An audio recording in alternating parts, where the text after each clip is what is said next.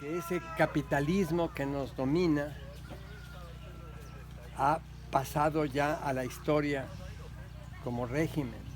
Y lo que pasa es que eso no es una buena noticia. Eso que llamamos capitalismo es un sistema que se basa en comprar fuerza de trabajo.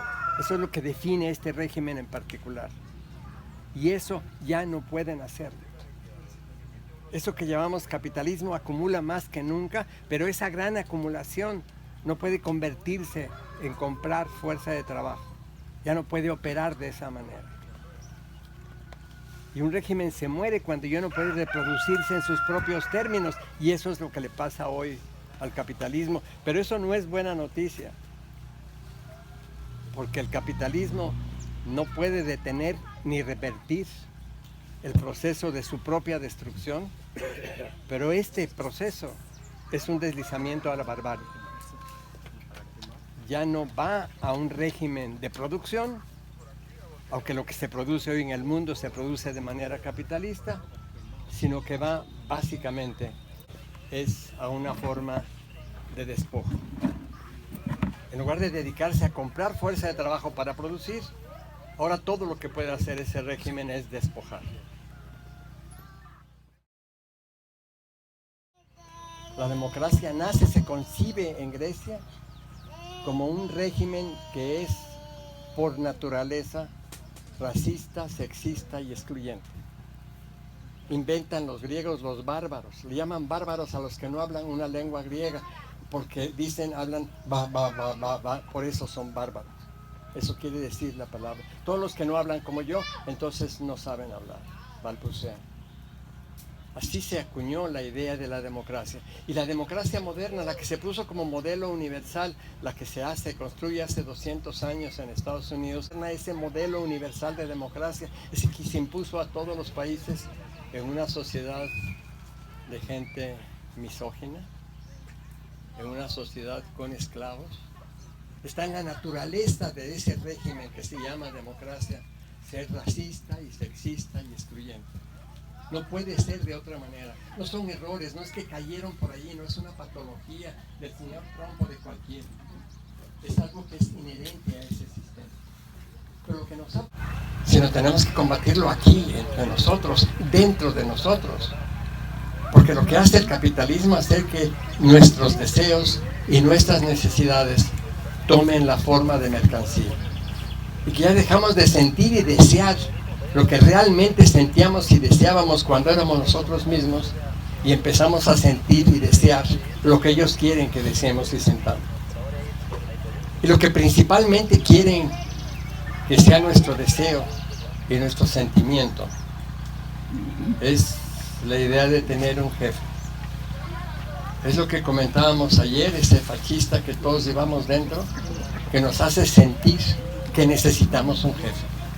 Y eso es lo que las compañeras mujeres nos están enseñando, que eso es lo que nos ha contaminado a todos, que eso es lo que tenemos que destruir, desmantelar, que no necesitamos jefes en ninguna parte, y que aquí nosotros, aquí abajo entre nosotros, sin jefes, sin líderes iluminados, sin alguien que nos conduzca a ninguna parte, entre nosotros, con los saberes propios de la gente, de los hombres, de las mujeres, de los niños, de los ancianos, entre nosotros podemos guiarnos a nosotros mismos y construir este mundo nuevo que ya está siendo creado. No estamos hablando del futuro, no estamos hablando de utopías, no estamos hablando de llegar a una nueva tierra prometida. El nuevo mundo está siendo creado ya, está alrededor de nosotros. Lo que pasa es que tenemos los ojos de ayer, las miradas de ayer, las racionalidades de ayer, las que se siguen enseñando en las universidades. Y ahora tenemos que abrirnos a las nuevas palabras, crear nuevas palabras o darle nuevo sentido a las viejas buenas palabras que se usaban antes. Y es en esta circunstancia, nos dicen nuestras compañeras, donde realmente podemos...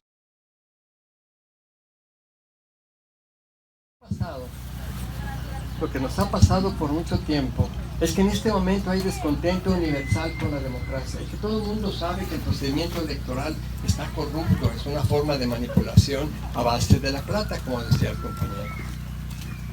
Que por todas partes se ensucia el procedimiento electoral y que está aún más sucio su resultado, que nadie hoy puede decidir en ninguna parte del mundo que esos que están arriba representan los intereses de la gente. Pero cuando el pensamiento llega allí y tenemos el descontento con ese sistema y todos reconocemos que es una mierda, no damos el siguiente paso. Si reconocemos que no sirve, si reconocemos que es un régimen racista, sexista, excluyente, que es un régimen que es una porquería que está llena de aparatos podridos, ¿para qué nos vamos a meter allí? ¿Por qué no pensamos ya en otra cosa? ¿Por qué no dejamos atrás toda la mentalidad que piensa en términos del capitalismo y del Estado-Nación y de la democracia y pensamos en otra cosa? Lo que hemos estado escuchando entre los pueblos es que ellos hace tiempo están pensando ya en otra cosa y que tienen una experiencia muy clara de cómo puede hacerse desde esa otra cosa. En México tuvimos la fortuna de que en octubre del año pasado, en el 5º Congreso del Congreso Nacional Indígena, los indígenas de México, que tienen ese espacio de encuentro que es el CNI, junto con los zapatistas reunidos allá en Chiapas, en San Cristóbal de las Casas, se juntaron y vieron la gravedad de su situación. Dijeron: nuestros encuentros, compañeros, se han convertido en departamentos de quejas. Nada más venimos a contar aquí cómo nos han asesinado, cómo nos han quitado, cómo nos han despojado, cómo nos están matando uno por uno. Si seguimos así, ya no va a haber otro 6º encuentro. Vamos a desaparecer porque estamos en el frente de batalla de esta gran guerra y nos están liquidando. No podemos seguir a la defensiva. Tenemos que pasar a la ofensiva. Y pasaron a la ofensiva. Después de una gran consulta que hicieron el año pasado, a partir del 1 de enero de este año, empezaron su gran ofensiva. La ofensiva de los pueblos indígenas, que no es solo para los pueblos indígenas y para no indígenas. Es un nuevo Consejo de Gobierno que no sigue los procedimientos tradicionales electorales, que no sigue los procedimientos de la llamada democracia formal. Crean un Consejo Indígena de Gobierno y nombran una vocera de ese consejo. Muy importante, quiero subrayar, desde octubre de 16 se discutió con claridad la importancia de que la vocera fuera una mujer. Están subrayando simbólicamente con ese hecho que el fondo del sistema patriarcal, que eso es lo que hay que hacer, que a eso tenemos que dedicarnos todos, que para eso se subraya y para eso la vocera es una mujer. Y esta vocera deciden registrarla para que sea candidata a la presidencia en las elecciones del año que entra. Y debo decirles, compañeros, que esto ha creado una enorme confusión entre nosotros. Hay muchos de nosotros que empezaron a decir: ¿cómo es posible que ahora entren a ese juego podrido? Que por 20 años han estado diciendo, han estado denunciando todos los males de esta democracia, y cómo ahora van a registrar a la compañera en ese ejercicio viciado y corrompido. Y los compañeros fueron muy claros desde el principio. Dicen: nos estamos metiendo, nos estamos colando a esa fiesta de los ricos para echárselas a perder. Lo que vamos a hacer sobre todo es que cuando ellos manipulan a todo mundo y se meten a todas partes en nombre de las elecciones y de los partidos, ahí vamos a estar también nosotros, pero nosotros no vamos a estar como ellos, buscando votos, comprando votos, manipulando votos, creando visibilidad para la compañera Marichuy. Lo que nosotros vamos a hacer es aprovechar todo ese circo, todo ese inmenso circo que son las elecciones, para dar visibilidad a los conflictos de los pueblos, nombrando vocera. Tu peor riesgo, le dijo, es que vayas a ganar. ¿Qué pasa si ganas la presidencia? Y está muy claro lo que pasa si ganara la presidencia por un accidente del destino, porque no se van a buscar los votos. Lo que haría inmediatamente es destruir todo ese aparato podrido, no gobernar con ese aparato podrido. Se trata de desmantelarlo, y se trata de desmantelarlo no el día de las elecciones, no para lo que viene, sino todos los días desde ahora.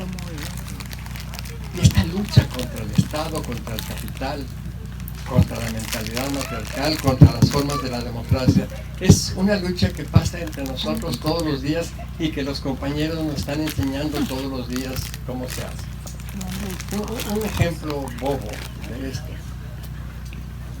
la mitad de los mexicanos ya no tienen sed, ya perdieron la sed. Lo que ahora tienen es una adicción a una mercancía específica que se llama Coca-Cola. Cuando sienten una necesidad compulsiva y urgente de satisfacer esta necesidad, no pueden calmar su ansia con un vaso de agua. Pronto es la relación entre autonomía y despatriarcalización. ¿Nos puedes hablar un poco cómo el zapatismo se está dando, se están construyendo ambos al tiempo? Y un poco lo que nos contabas ayer sobre ese proceso, básicamente eso.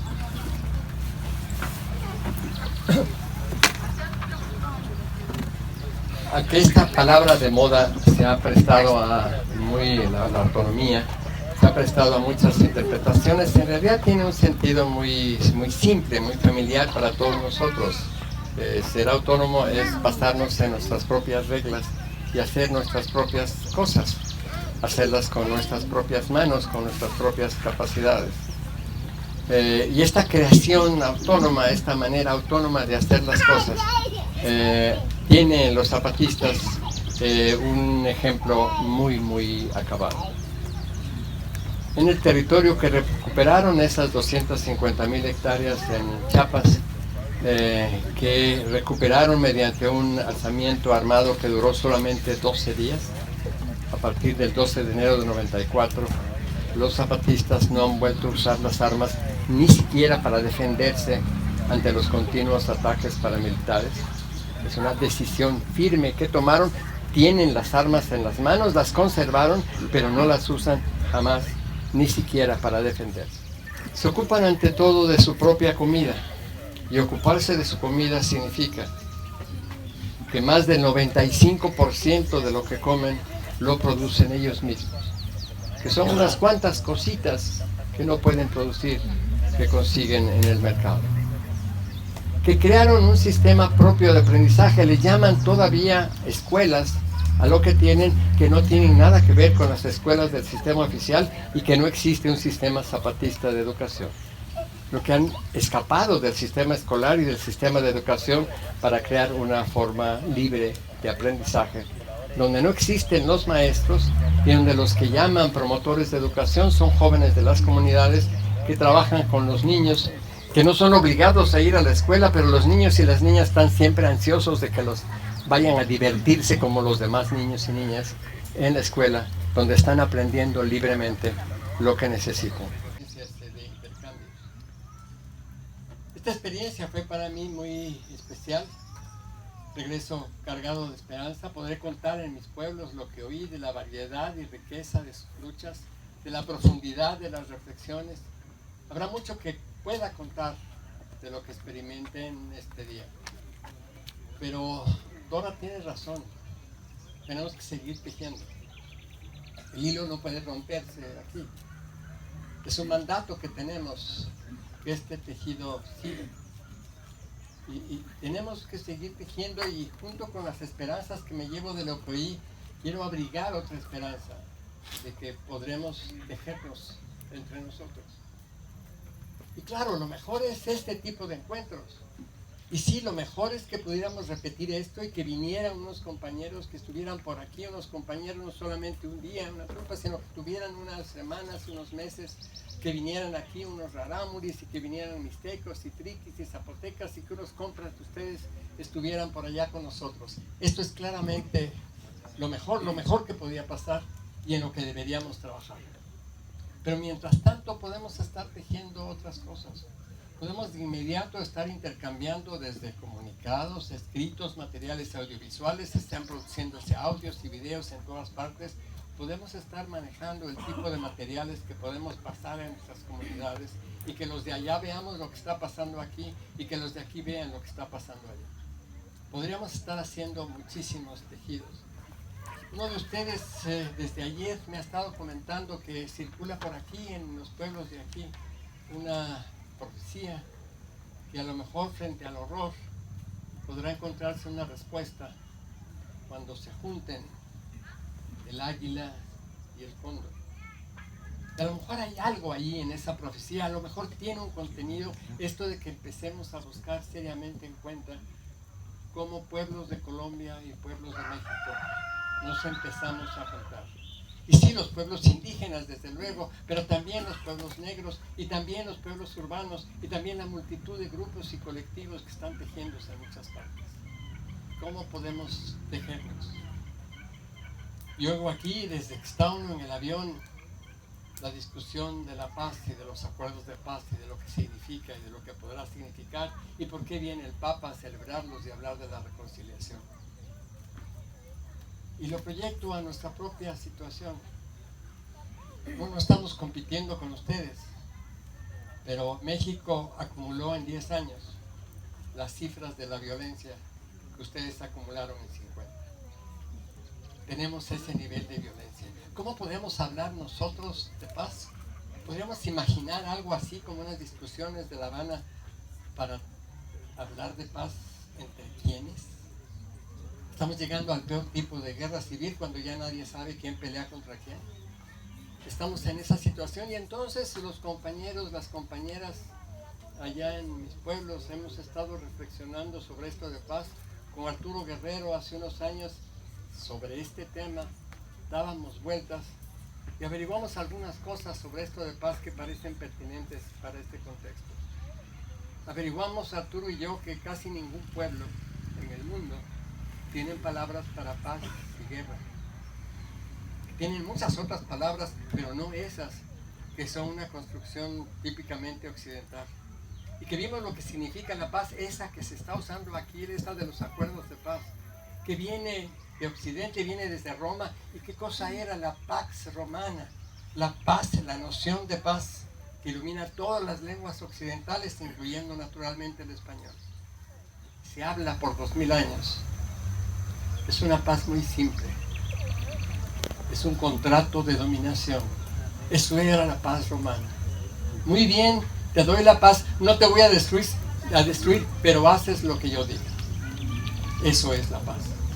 Eso es lo que hacen los norteamericanos en Irak. No terminan de destruirlo, pero para que la gente en Irak haga lo que los norteamericanos dicen. Esa es la noción dominante de paz. Y no es la paz, las paces que nuestros pueblos quieren. Nuestros pueblos tienen distintas nociones de qué cosa es eso que los occidentales llaman paz. Y esas paces que queremos todos, y esas paces que queremos los pueblos de México y los pueblos de Colombia, estos pueblos del Cauca y los pueblos de los valles centrales de Oaxaca, esta paz la construimos aquí abajo, entre nosotros, tejiéndonos. Y quizás me voy con la esperanza de que a lo mejor utilizamos, Patricia, Arturo, son nuestros contactos circunstanciales en este momento. A lo mejor podemos utilizar esos contactos porque ellos están enraizados con ustedes, están tejidos con ustedes, para seguir tejiéndonos, a ver si empezamos a explorar juntos, comparar nuestras violencias y nuestras paces, nuestras dificultades, qué ha pasado en los dos lugares y cómo podemos tejernos para construir las paces que verdaderamente queremos. Ha sido realmente una experiencia muy notable para mí. Muchas gracias por habernos invitado y por habernos permitido participar en esta reunión espléndida.